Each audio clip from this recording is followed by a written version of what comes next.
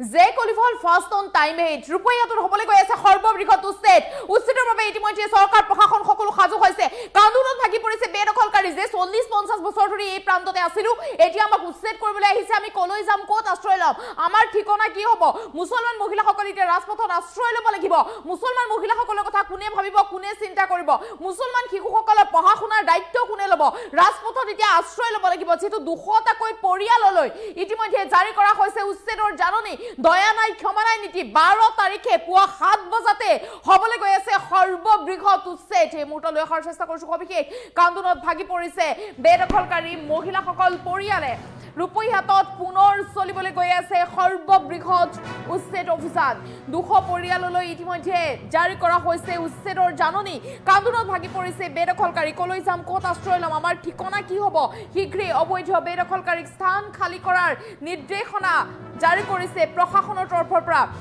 380 বিঘাৰো অধিক ভূমিত চলিবলৈ গৈ আছে এই বৃহৎ উচ্ছেদ ইতিমধ্যে উচ্ছেদৰ বাবে সকলো সাজু হৈছে সৰ্ববৃহৎ উচ্ছেদ হবলৈ গৈ আছে সামগুৰি ৰাজচক্ৰৰ খাটুৱাল মোজাৰ বেলগুৰি কাছাৰী গাঁৱৰ 3 নং ডাগৰ ভূমিটো চলিবলৈ গৈ আছে সৰ্ববৃহৎ উচ্ছেদ 3 নং ডাগৰ 528 505 506 504 গেজিং ৰিজাৰ্ভ ভূমিত থকা বেদখলকাৰীলৈ ইতিমধ্যে উচ্ছেদৰ জাননী জাৰি কৰা হৈছে বৈধ নথিপত্ৰ থকা সকলক 12 ডিসেম্বৰত ৰাজচক্ৰৰ কাৰ্যালয়ত শুনানিত অংশগ্ৰহণ কৰিবলৈ নিৰ্দেশ দিয়া হৈছে মুঠতে বেদখলকাৰীৰ নিস্তাৰ নাই ৰেখা নাই যিসকলে চৰকাৰী ভূমি দখল কৰি আছে সেইসকলে চৰকাৰী ভূমি এৰি দিবই লাগিব ৰূপয়াটোত হবলৈ গৈ আছে সৰ্ববৃহৎ উচ্ছেদ 12 তাৰিখলৈকে সকলোৱে অপেক্ষা কৰিছে যেহেতু 12 ডিসেম্বৰত এই বৃহৎ উচ্ছেদ হবলৈ গৈ আছে ইতিমধ্যে চৰকাৰ প্ৰশাসন সকলো সাজু হৈছে উচ্ছেদ কৰিবৰ বাবে বেদখলকাৰী মহিলাসকল কান্দোনত ভাগি পৰিছে যে আমাক উচ্ছেদ নকৰিব বছৰ বছৰ ধৰি আমি ইয়াতে আছিলো এই প্ৰান্ততে আমি বাস কৰি আহিছো এতিয়া আমাক উচ্ছেদ হঠাৎ উচ্ছেদৰ জাননী জাৰি কৰা হৈছে আমি কলৈ যাম আমি ক'ত আশ্ৰয় ল'ম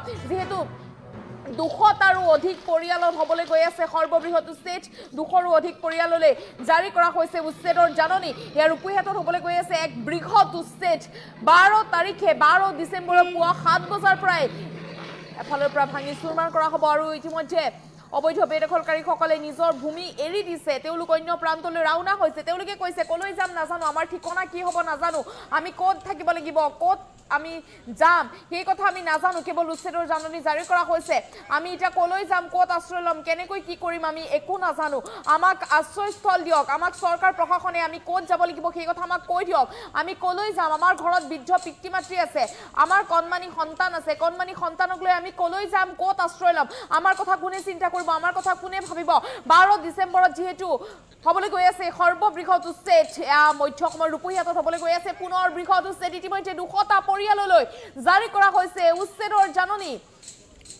মুঠতে দয়া নাই ক্ষমা নাই নীতি কান্দোনত ভাগি পৰিছে বেদখলকাৰীয়ে শীঘ্ৰে ভূমি খালী কৰিবৰ বাবে জাননী জাৰি কৰা হৈছে চাওক চিঞৰি চিঞৰি কান্দিছে কলৈ যাম ক'ত আশ্ৰয় ল'ম ক'ত থাকিম কেনেকৈ পিন্ধিম ক'ৰ পৰা খাম আমাৰ মছজিদ মাদ্ৰাছা মুক্তা বাসস্থান সকলো ভাঙি চুৰমাৰ কৰিলে বছৰ বছৰ ধৰি য'ত নামাজ আদায় কৰি আহিছিলো সেই মছজিদে ভাঙি চুৰমাৰ কৰি পেলালে এতিয়া আমি কলৈ যাম ক'ত আশ্ৰয় ল'ম আমাৰ কণমানি সন্তান আছে কেনেকৈ থাকিব আমাৰ ল'ৰা ছোৱালীয়ে পঢ়া শুনা ক'ত কৰিব আমাৰ মুছলমান মহিলাসকলৰ নিৰাপত্তাৰ কথা কোনে চিন্তা কৰিব কোনে ভাবিব কলৈ যাম ক'ত আশ্ৰয় ল'ম কি খাম কি পিন্ধিম কান্দোনত ভাগি পৰিছে এতিয়া বেদখলকাৰী পৰিয়াল ইয়াত দেখিবলৈ পাইছে 200টাৰো অধিক পৰিয়াললৈ ইতিমধ্যে জাৰি কৰা হৈছে উচ্ছেদৰ জাননী শীঘ্ৰে ভূমি খালী কৰক বুলি ইতিমধ্যে সকলোকে আহ্বান জনোৱা হৈছে মাইক যোগে প্ৰশাসনৰ তৰফৰ পৰা এই কথা উল্লেখ কৰিছে ভূমি খালী কৰক যদি ভূমি খালী নকৰে তেন্তে কিন্তু পৰিস্থিতি ভয়ংকৰ হ'বলৈ গৈ আছে আৰু নিজৰ ঘৰৰ দিন পাত নিজেই ৰৈছে তেওঁলোকে কৈছে যে বছৰ বছৰ ধৰি দিন হাজিৰা কৰিছিলো পৰিয়াল পোহপাল দিছিলো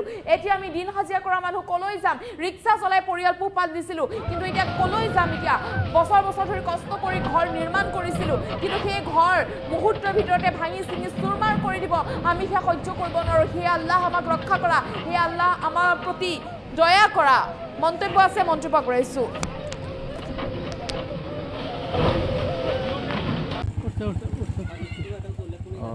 জাননী দিছে আজকে দিছে টোটাল কত বিঘা মাটি আছে এখানে আমার পুকুর হয় 1 বিঘা মতো মাটি আছে এই আচ্ছা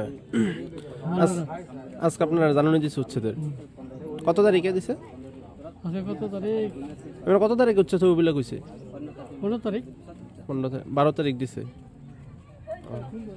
আপনারা এখানে কত দিন ধরে বসবাস করেন 50 বছর 50 বছর এমনি টোটাল কত বিঘা মাটি আছে এইখানে? টোটাল ধরুন আপনার 300?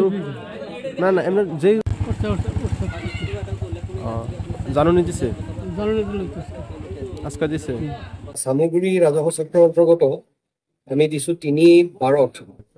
এইটো আছে বেলগুৰি কছাইগাঁও বিজিআৰ, এইটো 380 বিঘাৰ উদ্ভিদ আছে। তাৰপিছত ভকতগাঁও বিজিআৰ আছে, দাগ নম্বৰ এইটো 18 বিঘাৰ উদ্ভিদ আছে। এইখিনি দিয়া হৈছে। আৰু আপোনালোকে এটা কথা দেখিব, মানে কোনো চৰকাৰী নিয়ম নীতি প্ৰতি মানে সন্মান নজনোৱাকৈ চাৰিওপিনে পুখুৰী খান্দি দিছে। পুখুৰী এনেধৰণে খান্দিছে যে জনসাধাৰণে যোৱা ৰাস্তা, ৰাষ্ট্ৰীয় ঘাইপথৰ কাষত থকা আমাৰ গাঁওবিলাকলৈ সোমাই যোৱা ৰাস্তাটোত এনেধৰণে পুখুৰী খান্দিছে যাতে ৰাস্তা এটা ভাল হৈ থাকিব নোৱাৰে। পুখুৰীত গৰাখহনীয়াৰ নিচিনা হয় সেই ৰাস্তাবোৰ ভাঙিবলৈ ধৰিছে। তেওঁলোকক কিমান কোৱা স্বত্তেও তেওঁলোকে এইবিলাক কথা শুনা নাই। জাননী দিয়া হৈছে। এইখিনি পুনৰবাৰ সকলোকে অনুৰোধ জনাইছো। আজি যেনেকে আমাৰ এই অঞ্চলৰ ৰাইজে এই আমাৰ এই অনুৰোধ শুনি তেওঁলোকে নিজাববীয়াকৈ খালী কৰি দিছে, সকলোকে অনুৰোধ জনাইছো তেওঁলোকে নিজাববীয়াকৈ সেইখিনি যাতে খালী কৰি দিয়ক, অন্যথা আমি বিধিগত ব্যৱস্থা ল'বলৈ বাধ্য হ'ম। আৰু এই উচিত অভিযান নগাঁও জিলাত অব্যাহত থাকিব। চামগুৰি ৰাজহ চক্ৰৰ অন্তৰ্গত আমি দিছো 3/12। এইটো আছে বেলগুৰি কছাইগাঁও বিজিআৰ, এইটো 380 বিঘাৰ উদ্ভিদ আছে। তাৰপিছত ভকতগাঁও বিজিআৰ আছে, দাগ নম্বৰ এইটো 18 বিঘাৰ উদ্ভিদ আছে। এইখিনি দিয়া হৈছে। আৰু আপোনালোকে এটা কথা দেখিব, মানে কোনো চৰকাৰী নিয়ম নীতি প্ৰতি মানে সন্মান নজনোৱাকৈ চাৰিওপিনে পুখুৰী খান্দি দিছে। পুখুৰী এনেধৰণে খান্দিছে যে জনসাধাৰণে যোৱা ৰাস্তা, ৰাষ্ট্ৰীয় ঘাইপথৰ কাষত থকা আমাৰ গাঁওবিলাকলৈ সোমাই যোৱা ৰাস্তাটোত এনেধৰণে পুখুৰী খান্দিছে যাতে ৰাস্তা এটা ভাল হৈ থাকিব নোৱাৰে। পুখুৰীত গৰাখহনীয়াৰ নিচিনা হয় সেই ৰাস্তাবোৰ ভাঙিবলৈ ধৰিছে। তেওঁলোকক কিমান কোৱা স্বত্তেও তেওঁলোকে এইবিলাক কথা শুনা নাই। জাননী দিয়া হৈছে। এইখিনি পুনৰবাৰ সকলোকে অনুৰোধ জনাইছো। আজি যেনেকে আমাৰ এই অঞ্চলৰ ৰাইজে এই আমাৰ এই অনুৰোধ শুনি তেওঁলোকে নিজাববীয়াকৈ খালী কৰি দিছে, সকলোকে অনুৰোধ জনাইছো তেওঁলোকে নিজাববীয়াকৈ সেইখিনি যাতে খালী কৰি দিয়ক, অন্যথা আমি বিধিগত ব্যৱস্থা ল'বলৈ বাধ্য হ'ম। আৰু এই উচিত অভিযান নগাঁও জিলাত অব্যাহত থাকিব। চামগুৰি ৰাজহ চক্ৰৰ অন্তৰ্গত আমি দিছো 3/12। এইটো আছে বেলগুৰি কছাইগাঁও বিজিআৰ, এইটো 380 বিঘাৰ উদ্ভিদ আছে। তাৰপিছত ভকতগাঁও বিজিআৰ আছে, দাগ নম্বৰ এইটো 18 বিঘাৰ উদ্ভিদ আছে। এইখিনি দিয়া হৈছে। আৰু আপোনালোকে এটা কথা দেখিব, মানে কোনো চৰকাৰী নিয়ম নীতি প্ৰতি মানে সন্মান নজনোৱাকৈ চাৰিওপিনে পুখুৰী খান্দি দিছে। পুখুৰী এনেধৰণে খান্দিছে যে জনসাধাৰণে যোৱা ৰাস্তা, ৰাষ্ট্ৰীয় ঘাইপথৰ কাষত থকা আমাৰ গাঁওবিলাকলৈ সোমাই যোৱা ৰাস্তাটোত এনেধৰণে পুখুৰী খান্দিছে যাতে ৰাস্তা এটা ভাল হৈ থাকিব নোৱাৰে। পুখুৰীত গৰাখহনীয়াৰ নিচিনা হয় সেই ৰাস্তাবোৰ ভাঙিবলৈ ধৰিছে। তেওঁলোকক কিমান কোৱা স্বত্তেও তেওঁলোকে এইবিলাক কথা শুনা নাই। জাননী দিয়া হৈছে। এইখিনি পুনৰবাৰ সকলোকে অনুৰোধ জনাইছো। আজি যেনেকে আমাৰ এই অঞ্চলৰ ৰাইজে এই আমাৰ